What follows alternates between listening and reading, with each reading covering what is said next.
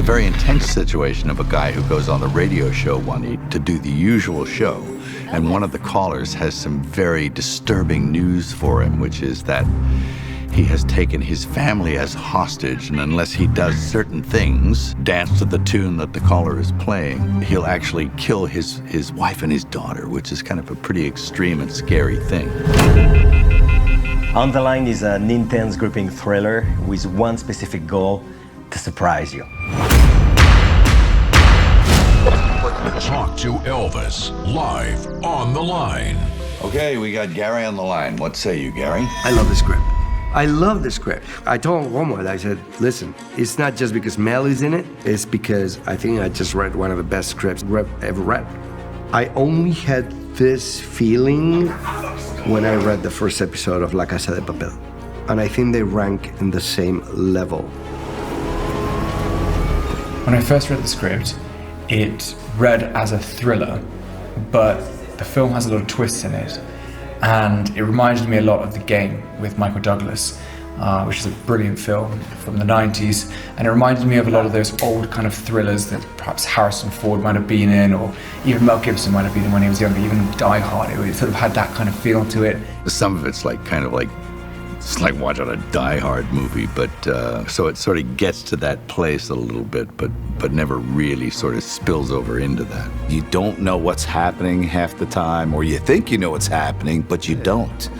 And that's rare nowadays to see in a movie, and this one's got it.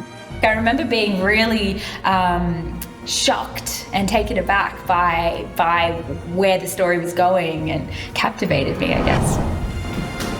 It's an amazing movie when it comes to like the twists and who you are not.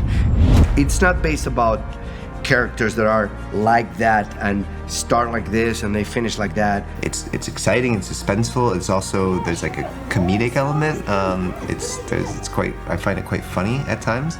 It was an amazing experience. It was really unique. I think it's going to be just a really fun, really exciting movie that I think a lot of people will walk away from being like, oh, wow, that was really cool. I wasn't expecting that. You think you know one thing and something else is going to happen. You see, you know, the hat and then the rabbit comes out. It's really, truly that. So whatever you think the movie's going to be, it will be something else. And I think it'll be fun for people to watch it twice, because you'll see it once and then you'll see all the little things behind the second time, and how we kind of like, you know, open doors to pull things out and move things here and move things there, you know. It's fun. Even things that deal with an id, you know, where you have to face some kind of fear, like, for example, family taken as a hostage, which is, it's a big fear. But even those kinds of things are interesting and fun if it's not happening to you. So for an audience, it should be okay.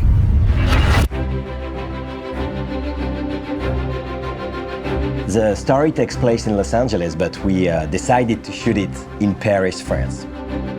You know, COVID was a strange time for everybody, but to come and make a film like this in Paris with Romuald, with Mel Gibson, like to make something that I believe in, that I think is good, is like the greatest blessing, you know, for me.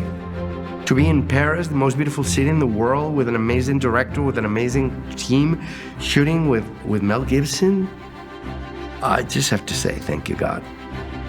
This is the magic of the big screen, is that we pretend to be somewhere or someone, and you're somewhere else, someone else. We had, you know, we say whenever there's a French touch somewhere, there's a little spice of plateaued. I also like the way it had a French feeling to it. I don't know whether that was intentional, but to me a lot of French culture and French entertainment has a sleight of hand kind of feel. You know, there's like a cleverness to it, like a wit, like, you know, it's like a misdirection, you know, almost like a magic trick is happening all the time, a magic trick is happening. And to me that reminds me of those magicians in France, and it reminds me of those clowns in France, and it reminds me of those filmmakers that create these very clever kind of misdirections. And wait for the... My production company is based in Paris, and when we were looking for a location for the film, at that time, COVID was still a big problem for filming. It was quite hard to travel. A lot of borders were closed, and I really wanted to work with my incredible team here in France. So apart from the short opening credits, everything in that movie is shot in Paris.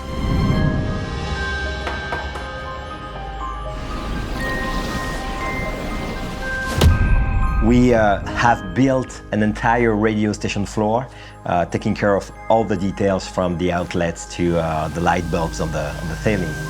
We had to have that feeling of being on the 29th floor of a downtown LA building. Shooting a film in Paris, supposed to be in the US, it was a very exciting challenge, and the team and we had a blast. I liked that it seemed kind of real. The director actually did work on a radio station, so he had a knowledge of what those places were like. That feeling of authenticity was like, I understood why. I put a lot of Easter eggs in the film, and for example, in the story there is a weird guy coming to the radio station saying he's the Messiah and threatening the radio team to come upstairs and announce to the world that he's back. And this is something that literally happened to me, so it was really fun to put that in the film. It is you. It's him. How you been? We've been waiting over 2,000 years for you. I had the idea of the film remembering something else that happened during one of my radio shows. I was on the air, and it was almost midnight, and a song was playing on the radio. The switchboard operator asked me to come where all the phones were, and she gave me a phone saying there is a listener who wants to talk to you in person, and I said yeah.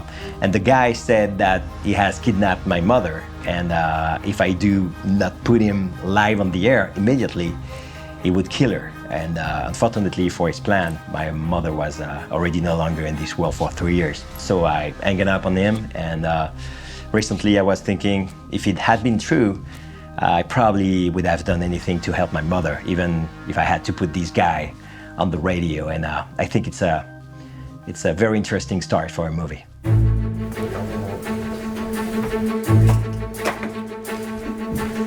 What is particular about this role is that Gary is mostly a voice in the film because he's a caller, and so we don't actually see him until the end of the movie, really.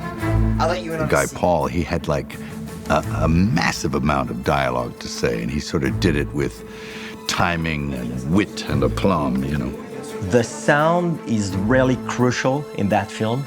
During the shooting, I wanted Mel to have in his headphones the voice of that terrifying listener played by the incredible talent Paul Spera. And we also played live all the sounds like gunshots, breaking glass. Gary, what was that? Stop it! And there have been times when we're going to shoot a scene, and I forgot that the situation in the scene, we don't actually see it on screen, that it's just something that we hear about because those images are so vivid. I'm sorry. An eye for an eye, Elvis. Gary. Now you can see what it's like to lose someone you love. I really wanted the audience to feel what Elvis is going through minute per minute, how the situation getting worse and worse live on the air. So the camera always stay with him on these point of views, and we never see the other side until a certain point. So it's almost a real experience for the audience, as their imagination will definitely come on board the story and create an emotional bond with Elvis.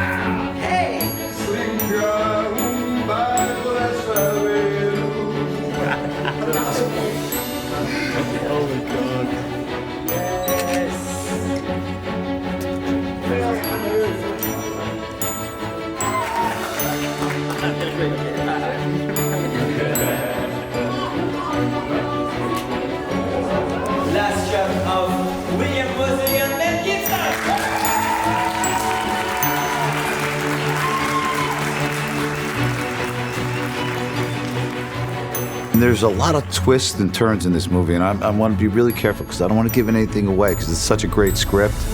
Don't use the bathroom or don't do anything before the end, because of course there's something happening. I can't tell you why, and I can't tell you more, but you have to take the ride and watch it.